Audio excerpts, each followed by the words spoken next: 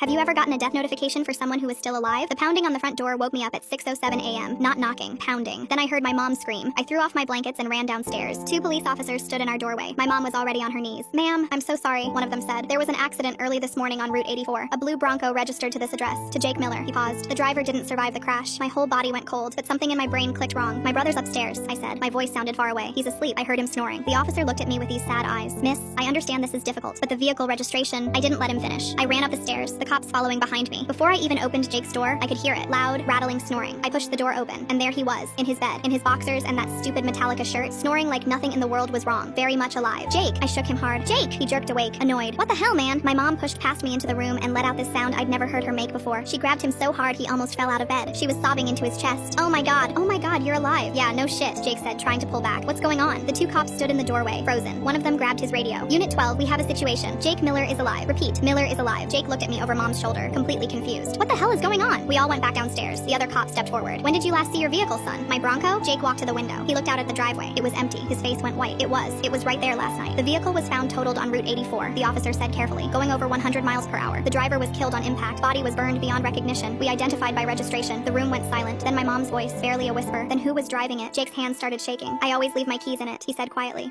He stopped, the realization hitting him. Oh god, anyone could have taken it. The cops stayed for 2 hours, asking questions. Who had access to the vehicle? Who knew he left his keys in it? Did he have any enemies? Jake sat on the couch the whole time, his leg bouncing, mom holding his hand like she was afraid if she let go, he'd disappear. They were waiting on forensics, dental records to ID the body. When I finally checked my phone after the chaotic morning, I had dozens of notifications, text messages, missed calls, and Ring doorbell alerts, a lot of them. I opened the app assuming they were from the police pounding on our door earlier, but as I scrolled, I saw one from 1:47 a.m. My stomach dropped. "Oh my god," I said. Everyone looked at me. "Guys, I have Ring doorbell alerts from last night." I opened it with shaking hands, and there he was, Evan, Jake's best friend since middle school, on our front porch at 1:47 in the morning. He was pounding on the door. His face was red and puffy, soaked with tears. He was clearly drunk, stumbling as he leaned against the doorframe. "Jake," he said to the camera, his voice breaking. "Jake, please, I need you, man, please." He knocked again, harder. He waited almost 2 full minutes, swaying slightly, wiping his eyes. "I don't know what to do," he whispered to no one. Nobody came. I watched him look at the door one more time, then he disappeared from the frame. "Keep watching," one of the cops said quietly. Evan came back into view, walking toward the driveway, toward where the Bronco was parked. He got in the driver's seat, just sat there for a minute with his head in his hands, his shoulders shaking. Then the Bronco's lights came on, and he drove away. Jake was staring at the screen, his face completely drained of color. "I was asleep," he whispered. I had my earbuds in. I didn't hear him. The cop's radio crackled to life. "We got the dental ID on the Route 84 victim. Evan Walsh, 24. Parents reported him missing this morning." Jake made a sound that didn't even sound human. He doubled over like he'd been punched. No.